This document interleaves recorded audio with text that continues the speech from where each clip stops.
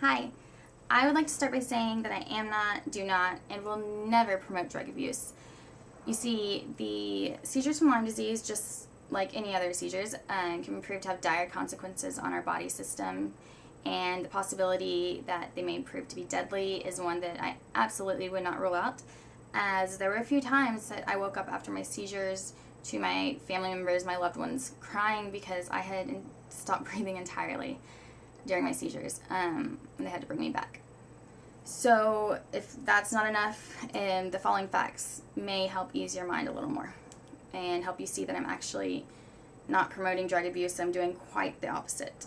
You see, the Mayo Clinic came out with a study where researchers found that nearly 70% of all Americans are addicted to some sort of prescription pill, and less than 10% of marijuana users are addicted, and you know, that's not even all Americans that are users, so that's way less in comparison to the ratio of people addicted to marijuana and prescription pills.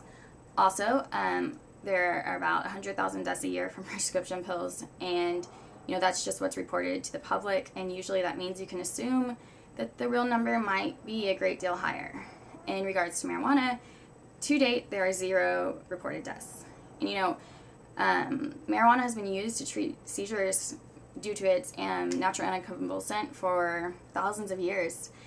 And we are born actually with cannabinoids coursing through our system, so they are very good for us. The thought that they are bad for us is completely illogical once you understand that fact. Alright, so moving on. My story, I was having over 10 grand mal seizures a day. I say 10 because that was on a good day. Usually I could have up to 10 in an hour, and like I said earlier, I would quit breathing sometimes. I get Bell's palsy, go unconscious for hours. The list goes on and on. If you have Lyme disease seizures, you already know. I had exhausted all prescription pills, and not only had they not controlled my seizures, they increased them in severity. So I went to herbal remedies, and they did help some, more than prescription pills did. But never did they completely control my seizures. My seizures continued to control me. So I did a crazy experiment and decided to smoke marijuana. I say crazy because in the past I noticed that if I smoked, I would have some spasms, which is why I hated marijuana. But I figured out that that was because I was smoking too much and I was having a die-off. So in small amounts it helped. And when I say small amounts, I mean like 1 puff or 1 drop of oil.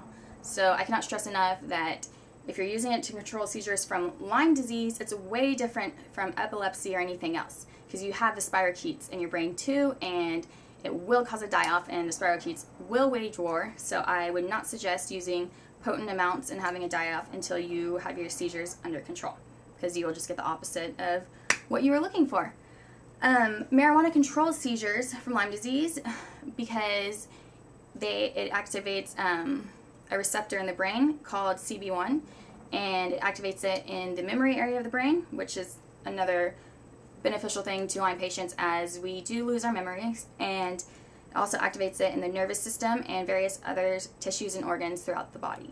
Also, neurological Lyme patients, which most Lyme patients with seizures are, have brain swelling and encephalitis, and that causes a lot of stress on the brain, which is typically what causes the seizures. And marijuana, it reduces brain swelling, so that reduces your chances of having seizures, as well as lessens a lot of other neurological symptoms from Lyme.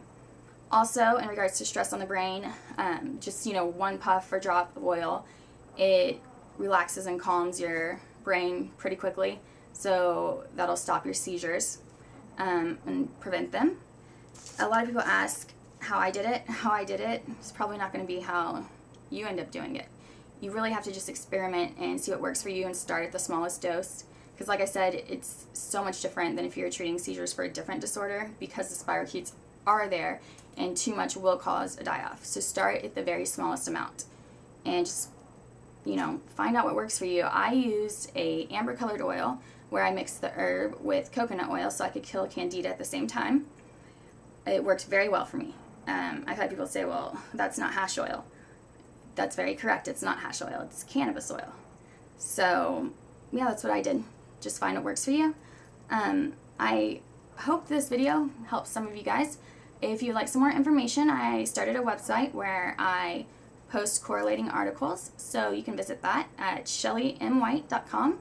That's SHELLEY, M as in mother, white, and the color.com.